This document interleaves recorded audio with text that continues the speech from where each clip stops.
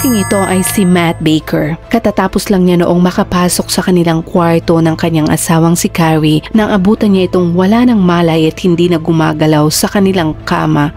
At sa tabi nito ay may isang nakatype na liham ng pamamaalam. Si Matt at si Carrie ay mag-asawang kilala sa kanilang komunidad. Mabubuting tao, mapagmahal sa isa't isa at may 2 batang anak na babae. Pero si Matt, hindi lang basta asawa at ama. Isa siyang iginagalang na pastor sa isang simbahan at isang umuusbong na pangalan dito. Pagkatapos ng sinapit ni Carrie ay naging mukha si Matt ng pananampalataya sa gitna ng trahedya. Nagsasalita siya sa mga pulpito, lumalabas sa telebisyon at maging sa mga magazine covers. Ibinahagi niya sa buong mundo kung paano siya nagpatuloy matapos mawala ang kanyang pinakamamahal na asawa at kung paano siya dinala daw ng Diyos sa gitna ng matinding pagsubok. Pero si Linda Dulin, ang ina ni Carrie, ay hindi mapakali. May mali sa mga kwento ni Matt. May mga bagay na tila hindi nagtutugma hanggang sa isang araw ay may natuklasan itong isang lihim na mensahe. Ito'y isinulat mismo ni Carrie gamit ang kanyang mga kamay at nakatago ito sa mga pahina ng kanyang Biblia. Isang mensaheng maglalantad ng katotohanan at tutulong kay Linda na makamit ang hustisya para sa kanyang anak. Ano ang tunay na nangyari kay Carrie at sino ang may kagagawan nito? Ito ang kasong hihimay-himayin natin sa araw na ito at bago tayo magpatuloy ay siguraduhin mong nakasubscribe ka na sa ating channel para lagi kang updated sa mga iba't ibang klase ng misteryo at krimen na ating tinatalakay dito.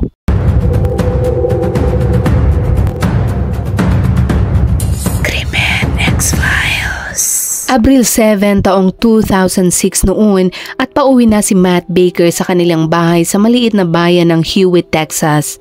Lagpas 11:00 na ng gabi ng Biyernes at sa isip-isip niya ay malamang gising pa ang asawa niyang si Carrie na naghihintay sa kanya habang ang 2 anak nilang sina Kenzie at Grace ay mahimbing ng natutulog. Pero pagpasok ni Matt sa driveway ay isang nakakabinging katahimikan ang bumungad sa kanya. Lumabas lang naman siya sandali para magrenta ng pelikula at magpakarga ng gasolina pero bago maghating gabi pagpasok niya sa bahay at nang siya ay dumiretso sa kwarto ay napansin niyang nakakandado ito. Nang tuluyan niyang mabuksan ito ay agad siyang natigilan sa eksenang bumungad sa kanya. Si Carrie, ang kanyang asawa ay nakahiga sa kama at naninigas na ito at hindi na gumagalaw. Sa Hewitt, halos kilala ng lahat ang mag-asawang Baker dahil para sa karamihan ay parang fairy tale ang kwento ng kanilang pagmamahalan. Nagkakilala sila noong 1994 sa isang summer camp at pareho silang estudyante noon. Dahil magkasama halos araw-araw sa trabaho ay mabilis silang nahulog sa isa't isa at makalipas lang ang 3 buwan ay nagdesisyon silang magpakasal na. Pagkatapos ng kasal ay tumira sila malapit sa Waco at nagsimulang bumuo ng pamilya. 3 ang naging anak nila at pinangalanan nila itong Kenzie, Kazidi at Grace. Si Matt ay isang Baptist minister. Siya ay ginagalang at kilala sa kanilang relihiyosong komunidad. Si Carrie naman, matapos makuha ang master's degree sa education, ay naging isang mapagmahal na ina at butihing guro sa 3 baitang. Ang kanilang pananampalataya sa Diyos ang naging pundasyon ng kanilang pamilya at sa mata ng marami ay tila perpekto ang buhay nila hanggang sa gabing iyon. Tumawag si Matt sa 911 at ipinaliwanag ang nangyari. Ayon sa kanya ay nang makita daw niya sa ganoong kalagayan ng kanyang asawa ay ipinatong niya agad ang kanyang tenga sa dibdib nito pero wala na daw itong maramdamang pagtibok ng kanyang puso. Wala na rin itong hininga at wala ng pulso. Inutusan naman siya ng dispatcher na buhatin at ihiga sa sahig si Carrie habang tinuturuan niya ito kung paano gawin ang CPR. Umaasa silang maaagapan pa si Carrie bago dumating ang ambulansya. Kahit halatang kabado, nanatiling kalmado si Matt. Malinaw niyang binigay ang kanilang address para agad marating ng mga rescuer ang kanilang bahay.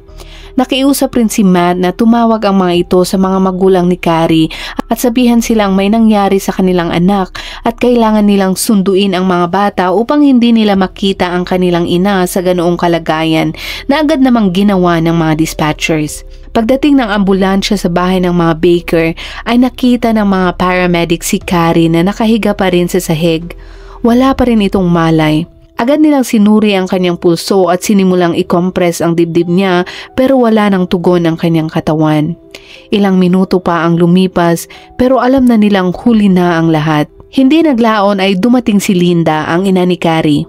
Habang abala pa ang mga paramedic ay naghihingalo ito at sinabihan siya ng mga ito na huli na ang lahat at wala ng buhay ang kanyang anak na si Carrie. Natulala ito at naglupasay sa sahig sa nakitang kalagayan ng anak. Si Carrie, isang mapagmahal na ina, anak, tapat na asawa at minamahal na guro ay wala na. Habang pilit na iniintindi ng lahat ang nangyari, ay napaisip ang mga medical staff kung baka may tinatagong karamdaman si Carrie na walang nakakaalam. O baka isang malungkot na aksidente lang ito, pero nang magsimulang mag-imbestiga ang mga pulis sa kwarto ay may natagpuan silang isang sulat. Isang liham na nakatype at iniwan sa tabi ng kama at mukhang galing daw yun kay Carrie. Tinawag ng detective ang kanyang pamilya at binasa nila kung ano ang nilalaman nito at malinaw na ito ay isang suicide case dahil sa liham na pamamaalam ni Carrie. Sa Texas, kapag may namatay ng biglaan o hindi inaasahan, ang Justice of Peace ang nagdedesisyon kung ano ang susunod na hakbang.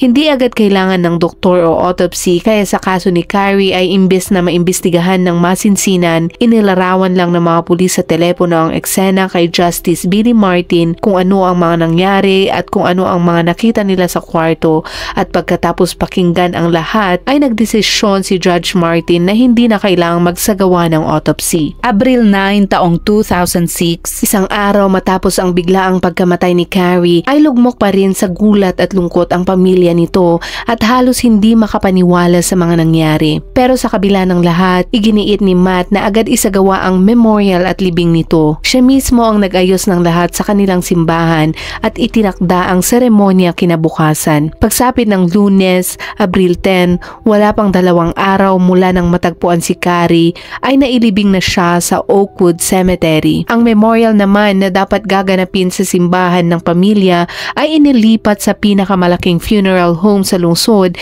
dahil sa dami ng gustong makiramay. Pero para kay Linda, ang ina ni Carrie ay sobrang bilis ng lahat. Wala man lang oras para huminga at lalo higit pa para magluksa. Pero ayon kay Matt, bilang isang pastor, mas mabuting huwag na daw patagalin ang proseso ng paghihilom. Alas 3 ng hapon noon sa Waco, Texas Oak Crest Funeral Home ay daan-daang tao ang nagtipon upang makipagdalamhati at napuno ng lungkot ang lugar.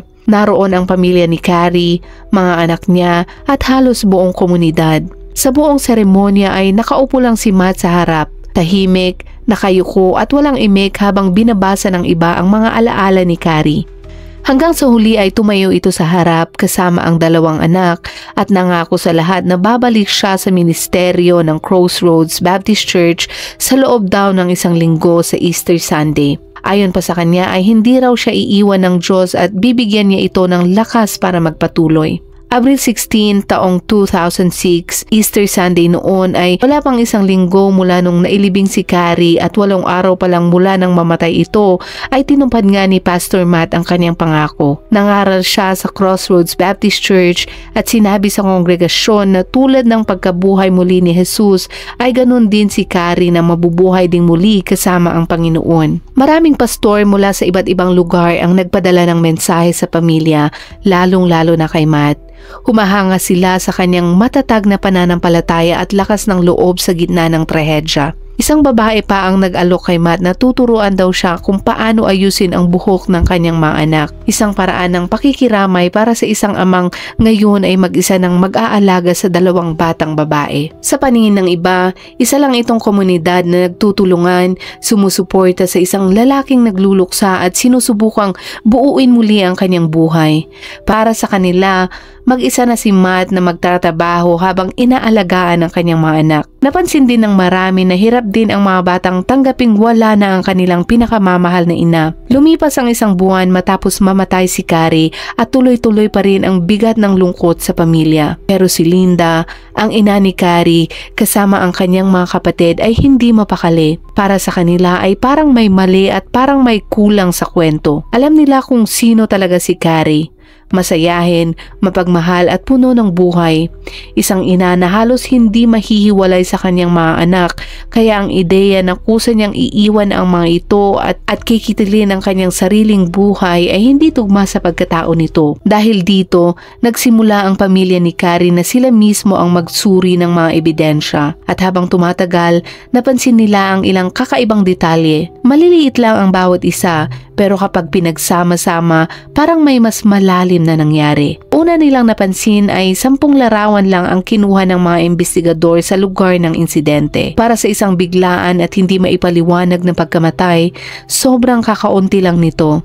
Halos wala din silang maipakitang dokumentong maituturing na matibay na ebidensya para sabihang suicide nga ito maliban sa sulat na nakatype at hindi sulat kamay. Pangalawa, parang masyadong maayos ang lahat ng kwarto. Maaaring likas lang na malinis ang pamilya pero kung titingnang mabuti, parang sinadyang ayusin ang eksena na para bang may gustong palabasin na isang malungkot lang ito na aksidente. At ang liham na natagpuan sa tabi ng kama ay nakatype. Hindi ito sulat kamay at wala itong pirma. Para sa ina ni Carrie ay pwedeng kahit sino ang pwedeng gumawa nito. Isa pang kapansin-pansin ay puno ito ng maling spelling. Si Carrie ay guro ng grade 3 at may master's degree. Kilala ito sa pagiging maingat sa detalye. Pero sa liham, may mga salitang mali ang baybay tulad ng salitang to na sinulat lang bilang TO at ginamit sa maling konteksto. Hindi iyon tugma sa isang taong tulad ni Carrie kahit pa sabihin itong wala sa kanyang sarili nung tinatype niya ito. Sa kabila ng mga kakaibang detalyeng ito na halatang makikita naman ng kahit sinong titingin ng mabuti ay tila walang pakialam ang mga pulis para imbestigahan sana ang taong nasa bahay noon at yun ay si Matt. Lumipas pa ang halos 2 buwan bago siya opisyal na makapanayam ng mga pulis at sa panayam na iyon ay parang simpleng usapan lang at hindi seryosong investigasyon. Sa buong pag-uusap ay mapapansing kalmado lang si Matt, maayos sumagot, consistent ang sagot at tila handang tumulong sa mga tanong ng mga pulis na para bang wala itong tinatago. Sumailalim din si Matt sa polygraph o lie detector test at pumasa naman ito. Para sa mga pulis, wala silang nakikitang dahilan para isipin na may kinalaman daw si Matt sa pagkamatay ni Carrie. Ayon pa sa kanila ay kapag pastor, natural na isipin nilang ito ay may matatag na karakter at moralidad at naniniwala daw sila roon. Hindi gaanong tinanong o kinwestiyon ang kwento ni Matt Baker dahil sa mata ng marami, mataas ang tingin sa mga tagapangaral ng Biblia at para sa kanila ay imposibleng magawa nila ang anumang mali. At kung pastor ang pinag-uusapan, sino ba naman ang magdududa? At kadalasan,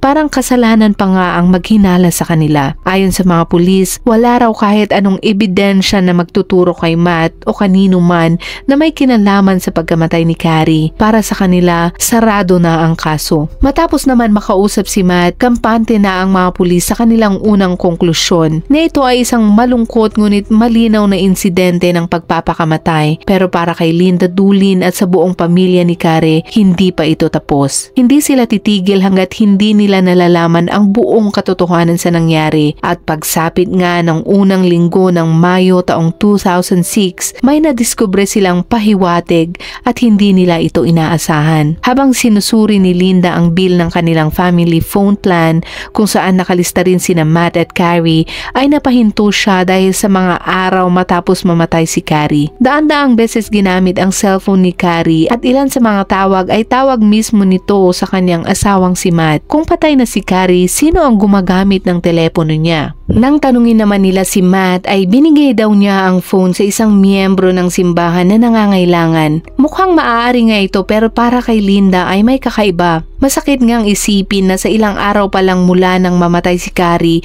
ay naibigay na agad ang cellphone nito at sa paraan ng pagkakasabi ni Matt ay parang may script na itong sinusunod at parang pinag-isipan na ang sasabihin sa sitwasyong ito. Sa puntong iyon, naramdaman ni Linda na may nagbago, hindi lang sa mga sagot ni Matt kundi sa kanya mismo. Maging ang mga anak ni Carrie na sina Grace at Kenzie na nakatira na ngayon sa kanilang ama ay napansin din ang kakaibang kilos ng kanilang ama. Lahat din ng litrato ng kanilang ina ay inalis ni Matt sa kanilang bahay. Habang lumilipas ang mga linggo, ramdam ni na Linda at ng asawa niyang si Jim na unti-unti silang tinataboy palayo sa buhay ng kanilang mga apo. Bihira na silang makabisita, mabilis na ang mga tawag at laging may dahilan si Matt. Abala raw ito sa trabaho trabaho at sa iba pang bagay tungkol sa mga bata. Sa puntong yaon ay tuluyang nakumpirma nga ni Linda ang kutob niya. Unti-unting parang binubura nga ni Matt si Carrie sa buhay ng mga anak nito. Mula noon, naging mas determinado siya na lalong alamin pa kung ano talaga ang tunay na nangyari sa kanyang anak. Dala ng matinding pagdududa, nagtungo sina Linda at ang kanyang asawang si Jim sa mga pulis para hilinging buksan muli ang kaso. Pero sa pagkakataong yaon ay malamig ang naging tugon ng mga otoridad. Tinanggihan nila ang kahilingan at nanatili ang orihinal na desisyon. Habang nakatago at hindi ma-access ang mga ebidensya, alam ni Linda na hindi sila pwedeng umasa pa sa sistema. Kung gusto nilang makamit ang hustisya para kay Carrie at masiguro ang kaligtasan ng kanilang mga apo, ay kailangan nilang buuin mismo ang kaso. At dito naman pumasok ang isang kakampi na si Assistant U.S. Attorney Bill Johnston. Matapos niyang mapakinggan ang buong kwento ay napansin din niya ang mga bagay na nakita ni Linda. Napakaraming red flags daw para baliwalain lang ang kaso ng ganun-ganun lamang. Sa oras na iyon ay bumuo siya ng sariling team ng mga investigador kasama si Matt Cawthon na isang kilalang dating Texas Ranger. Noong Hulyo 30, halos 4 na buwan matapos ang pagkamatay ni Carrie ay nagsampa sina Linda at Attorney Johnston ng wrongful death lawsuit laban kay Matt. Dahil dito, nagkaroon sila ng legal na karapatang kumuha ng mga dokumento, magsagawa ng mga deposition at muling suriin ang lahat ng ebidensya. Isa-isa nila itong ginawa at dahan-dahan. Unang hakbang nila ay kumuha ng digital forensics expert para siyasatin ang computer ni Matt at ang natuklasan nila ay labis na ikinagulat ng buong team. Si Matt, isang pastor, ay nahuli nilang nanonood ng adult content habang nasa trabaho ito. Mismo sa loob ng simbahan ay makikita pa sa kanyang browser history na magkakatibi pa ang mga adult sites at mga hinahanap niyang sermon sa internet. Hindi lang iyon dahil natuklasan din nila na noong Marso 9, eksaktong 1 buwan bago mamatay si Carrie, ay nag-search si Matt ng overdose on sleeping pills, pero ang tunay na nakakagulat ay nang matagpuan nila ang isang mensaheng sulat kamay mismo ni Carrie 5 araw bago ito mamatay. Nakatago ito sa gilid ng kanyang Biblia, isang piraso ng ebidensya na tila boses niya mula sa kabilang buhay. Ayon sa linalaman ng sulat ay, "Lord, sobrang bigat ng loob ko at hindi ko na alam ang gagawin. Hinihiling kong protektahan mo ako sa anumang kapahamakan. Hindi ko maintindihan kung ano ang nangyayari kay Matt, pero Lord, tulungan mo akong makahanap ng kapayapaan kasama siya." Sa loob ng mga huling araw ng buhay niya ay nagawang isulat ni Carrie ang kanyang mga pangamba tungkol sa asawa niya na para bang may kutob siyang may masama nang mangyayari. Pero kahit ganun, sa kabila ng lahat ng palatandaan, wala pa ring matibay na ebidensyang magdudugtong kay Matt direkta sa pagkamatay ni Carrie. Hindi ito sapat para idiin siya sa kasong murder. Lumipas ang panahon at Oktubre taong 2007 na noon. Mahigit 1 taon at kalahati na mula nang pumanaw si Carrie. Sa kabila ng lumalakas na pagdududa ay patuloy si Matt sa pagtanggi na may kasalanan ito. Sa halip, gumawa pa siya ng mas matinding hakbang. Lumipat silang mag-aama ng bahay ng halos 200 milyang layo mula sa mga magulang ni Carrie at doon ay nagsimula ulit siyang magpastor sa isang bagong simbahan. Sa panlabas na tingin ay para bang tuluyan na itong naka-move on sa nangyari sa kanyang asawa, habang si Linda at ang pamilya ay patuloy na lumalaban para sa katotohanan. Si Matt naman sa kabilang banda ay tila sabik na ipagtanggol ang kanyang sarili. Lalo pang lumaki ang eksena nang lumabas siya sa telebisyon para sa isang panayam sa ABC News. Walang alinlangang ipinahayag ni Matt na hindi niya kailanman kayang saktan ang kanyang asawa at mahal na mahal daw niya ito. Siya daw ang ina ng kanyang mga anak at miss na daw niya ito habang patuloy pa niyang dinidiin na wala siyang kinalaman sa pagkawala nito. Halos hindi makapaniwala sina Linda nang makita nila ito sa TV. Para sa kanila, hindi lang siya may kapal ng mukhang itanggi ang lahat, kundi ginamit pa niya ang kanilang mga apo sa harap ng kamera para makakuha ng mas madaming simpatsya. Habang mahinahon niyang ipinapakita ang imahe ng isang mabuting ama at makadiyos na pastor, alam ni Linda sa kanyang puso na may malalim na lihim na itinatago si Matt. Para sa maraming manonood ay nakumbinsi sila sa mga panayam ni Matt sa media. Lumalabas din siyang isang asawa na nagluluksa, isang pastor na humahawak sa kanyang pananampalataya palataya sa gitna ng matinding pagkawala. Pero sa pamilya ni Carrie, bawat interview ni Matt sa publiko ay parang isa na namang dagok. Habang pilit silang nagpaparinig para marinig ang katotohanan, ay tila ba kontrolado ni Matt ang buong kwento. At mas lalo pang nagalit si Linda nung ginamit ni Matt ang isa pang trahedya sa kanilang pamilya para makakuha ng awa sa publiko. Ito ay ang pagkamatay ng kanilang pangalawang anak na si Cassidy noong 14 na buwang gulang pa lang ito. Tatlo ang anak ni na Carrie at Matt, pero si Cassidy ay pumanaw na. Ayon sa kanya ay noong 1999, 7 taon bago mawala si Carrie, ay nagkaroon si Cassidy ng brain tumor at hindi ito kinaya ng kanyang maliit na katawan. Wasak na wasak daw noon si Carrie, pero pinili niyang magpakatatag. Dumaan daw ito sa matinding lungkot at pumunta pa sa grief counselor para matutunang harapin ang sakit, pero ayon sa counselor, iyon mismong pagkawala ni Cassidy ang dahilan kung bakit labis na nalulungkot si Carrie. Matapos mamatay si Cassidy, hirap na hirap daw siyang makatulog dahil siya ay puno ng lungkot at pangungulila dito. Habang lumilipas naman ang panahon, hati pa rin ang opinyon ng publiko. May mga naniniwala kay Matt at kumbinsidong inosente siya, pero ang pamilya ni Carrie ay kailanman ay hindi nagbago ang paniniwala. Para sa kanila, si Matt ay may kinalaman sa pagkamatay ni Carrie, at ang mas nakakatakot pa ay baka may gawin itong hindi ka nais-nais sa kanyang mga anak. Para sa kanila ay mapanganib si Matt, kailangan siyang mapigilan bago pa siya makasakit uli ng iba. Galit na galit pa rin si Linda, pero mas pinili niyang gawing determinasyon ang galit. Hindi sila titigil at hindi sila uupo lang at maghihintay. Kailangang may makinig at kailangang lumabas ang katotohanan. Sa puntong ito ay kailangan ni Linda ng isang matibay na ebidensya, isang koneksyon na makakapagdugtong sa lahat, at ang naging susi sa buong kaso ay ang mismong taong pinagbigyan ni Matt ng lumang cellphone ni Carrie ilang araw lang matapos siyang mamatay. Isang babae na nangangalang Vanessa Bowles. 23 taong gulang si Vanessa. Kakahiwalay lang nito sa kanyang asawa at madalas dumalo sa Crossroads Baptist Church kung saan nagpapastor si Matt noon. Ilang linggo pa lang matapos mamatay si Carrie ay nakita si Vanessa sa 10th birthday party ng anak ni Matt. Maraming nakapansin na madalas silang magkasama ng pastor at tila masyadong malapit ito sa isa't isa na para sa iba ay nakakapagduda na. Nang tingnan ni Linda ang phone records ng pamilya noong Mayo taong 2006 ay doon na nagsimula ang lahat. Nakasaad sa logs na madalas magkausap sina Matt at Vanessa bago at pagkatapos mamatay si Carrie. Gamit pa ni Vanessa ang lumang cellphone ni Carrie, pero paulit-ulit nilang iginigiit na magkaibigan lang sila. Si Matt daw ay tumutulong lang kay Vanessa na makamove on sa kanyang hiwalayan. Pero sa sobrang dalas nilang mag-usap at sa bilis ng pagiging malapit nila ay hindi maiwasan ang tanong, ano nga ba talaga ang nangyari kay Carrie at bakit siya namatay? May alam nga ba si Vanessa na makapagbabago sa lahat? Pagsapit naman ng Enero taong 2010, 4 na taon na mula nang mawala si Carrie, ipinatawag si Vanessa sa korte. Pinilit siyang magbigay ng testimonya tungkol sa lahat ng nalalaman niya tungkol kay Matt Baker. Naniniwala ang mga taga-usig na may alam siyang mahalaga, kaya inalok siya ng isang kasunduan na sasabihin niya ang totoo at hindi siya kakasuhan. Nang dumating si Vanessa Bowles ay para sa pamilya ni Carrie ay para itong huling pag-asa. Napuno noon ang silid-hukuman.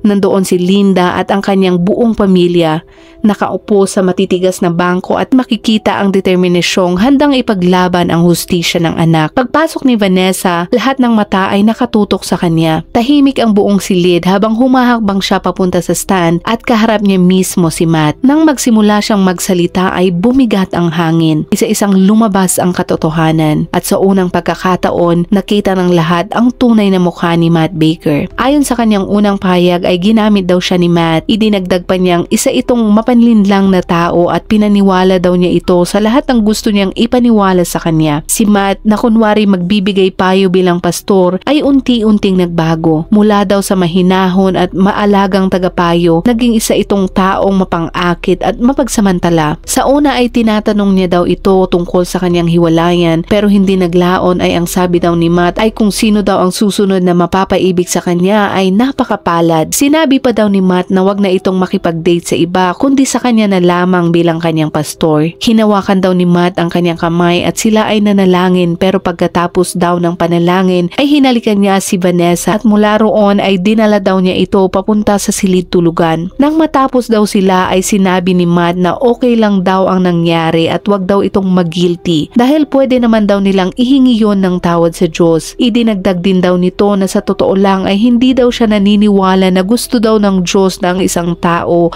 ay manatili lang daw sa iisang partner habang buhay. Nang matapos ang kanyang pagsasalaysay ay nanginginig si Vanessa sa hiya at pagsisisi. Hindi siya makapaniwala sa nangyari, pero sa sandaling iyon, alam ng lahat sa korte na nagsimula ng mabasag ang maskara ni Matt Baker. Nagpatuloy si Vanessa sa kanyang pagsasalaysay at sa puntong iyon ay sinabi niyang alam daw niya talaga kung ano ang nangyari kay Carrie Baker. Sa ilalim ng panunumpa, malinaw niyang sinabi na matagal nang pinaplano ni Matt ang kamatayan ni Carrie. Ayon kay Vanessa, sinabi raw ni Matt sa kanya na umiinom si Carrie ng sleeping pills gabi-gabi at pwede daw niyang palabasing parang na-overdose lang siya. Binanggit pa raw ni Matt na mag-iiwan siya ng sulat pamamaalam at sinabing itatype na lang daw niya ito. Agad daw niya itong tinutulan at sinabi niyang hindi yon uubra at mahuhuli ito, pero ayon kay Matt ay sanay daw mag-type si Carrie kaya wala daw magdududa dito. Dagdag pa raw ni Matt ay depressed naman siya kaya maniniwala daw sila na nagawa niya iyon sa kanyang sarili. Nang tanungin naman ni Vanessa kung bakit kailangan pa niyang patayin ang kanyang asawa ay ang sagot daw ni Matt ay hindi daw siya pwedeng mag-divorce dahil kapag ginawa daw niya iyon ay hindi na siya makakapangaral ng Biblia ulit. Para bang sa isip ni Matt ay mas mabigat pa ang hiwalayan kaysa sa mismong pagpatay. Nang tanungin pa siya kung kailan nagsimula ang mga planong iyon ni Matt ay sinabi ni Vanessa na bandang kalagitnaan daw iyon ng Marso. Paulit-ulit daw niyang sinasabing umiinom siya ng sleeping pills gabi-gabi kaya pwede daw niyang palabasing overdose lang daw ang pagkamatay niya. Tinuloy ni Vanessa ang kanyang pagsasalaysay at dito nagsimula niyang ilahad ang tunay na ginawa ni Matt kay Carrie. Sinabi raw sa kanya ni Matt na sasabihin daw niya sa kanya kung ano ang nangyari nung gabing yun, pero isang beses lang daw nila yun pag-uusapan. Ayon kay Vanessa, kumuha raw si Matt ng malalaking kapsula na parang horse pills. Binuksan niya ang mga ito at pinuno ng dinurog na sleeping pills, saka daw niya iyon pinainom kay Carrie. Pagkatapos ay sinabi ni Matt sa kanya na ikinadena niya ang kamay ni Carrie sa kama. Hinalikan at hinipo raw niya ito hanggang sa tuluyang makatulog ito at nang nakatulog na ito ay kinuha niya ang unan at ipinantakip sa mukha nito hanggang ito ay malagutan ng hininga. Pagkatapos daw noon ay inayos ni Matt ang lahat. Nilak niya ang pinto at umalis para magmukhang wala siyang kinalaman. Tinanong din ng hukom kung alam ni Vanessa na Abril 7 taong 2006 balak gawin ni Matt ang krimen at sinabi niyang oo, pero hindi daw niya ito ipinagsabi sa iba dahil sino daw ang maniniwala sa kanya, ganong pastor ang tinutukoy niya. Dagdag pa niya ay pakiramdam daw niya ay wala siyang laban. Sa pagkakataong yaon ay natahimik ang buong korte. Nanginginig ang mga tao sa galit at sa bawat salitang lumalabas sa bibig ni Vanessa, lumabas na ang matagal nang itinatago ni Matt. Si Carrie, ang babaeng mapagmahal at puno ng buhay, ay niloko ng taong pinagkakatiwalaan niya, ang asawa niyang pastor na dapat sana'y protekta sa kanya ang mismong nagplano ng lahat. Pero sa kabila ng sakit, tumugma ang lahat ng sinabi ni Vanessa sa ebidensyang pinaghirapan ni Linda at ng kanyang pamilya sa loob ng maraming taon. Sa mga sumunod na araw ay may mga babae pa mula sa nakaraan ang lumantad laban kay Matt. Lahat sila ay may kanya-kanyang kwento ng pang-aabuso at lahat sila ay may iisang tema. Si Matt Baker ay mapagsamantala at mapanlinlang na pastor. We'd gone back into the youth rec room. He tried to kiss me. Told him no. He said that he knew that I wanted it. He seemed very relentless in wanting to have an incident of a sexual nature occur. I don't want to do this. I remember having to use all my strength to try to keep him off of me and from taking my clothes off. I turned around at one point and he was standing behind me and he begins trying to kiss me. Sa kabuuan, 12 babae ang lumantad at isa-isa nilang kinumpirma ang salaysay ni Vanessa tungkol kay Matt Baker. Lumalabas na matagal na pala siyang isang mapanganib na mandaragit na akala mo'y hindi kailanman mahuhuli o mapaparusahan. Pero sa araw ding yun ay wala na siyang takas. Haharapin na niya ang kabayaran ng lahat ng kanyang ginawa. Sa araw ng hatol, si Linda, ang ina ni Carrie, ay sa wakas nakaharap ang lalaking kumuha ng buhay ng kanyang anak.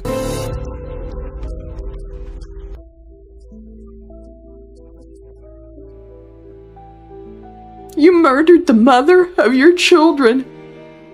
Halos 4 na taon na ang nakakalipas, pero ang pinakamasakit na biktima sa lahat ay sina Kenzie at Grace, ang mga inosente at musmus pang anak ni na Carrie at Matt. Matapos mamatay ang kanilang ina, napunta ang magkapatid sa magulong sitwasyon. Hindi naman naglaon ay nakuha ni Linda at Jim ang buong kustudiya ng mga bata. Ngayon ay lumalaki sina Kenzie at Grace sa isang tahanang puno ng pagmamahal at suporta. Enero 21 naman taong 2010 ay sa wakas nahatulan si Matt Baker ng 65 taon sa kulungan. Hindi na siya makakapanakit muli ng ibang babae at hindi na niya masisira pa ang pangalan ni Carrie. Kung hindi dahil sa tiyaga at katapangan ng pamilya nito, malamang ay nakalusot siya, pero sa huli, si Carrie sa pamamagitan ng kanyang mga mahal sa buhay ay nakamit din ang hustisya. Ang kasong tinalakay natin ngayon ay isang mapait na katotohanan. Hindi dahil ang isang tao ay pastor o mangangaral ng Biblia ay pwede na nating pagkatiwalaan ng buo. Ang kasamaan ay maaaring magtago sa likod ng mabubuting salita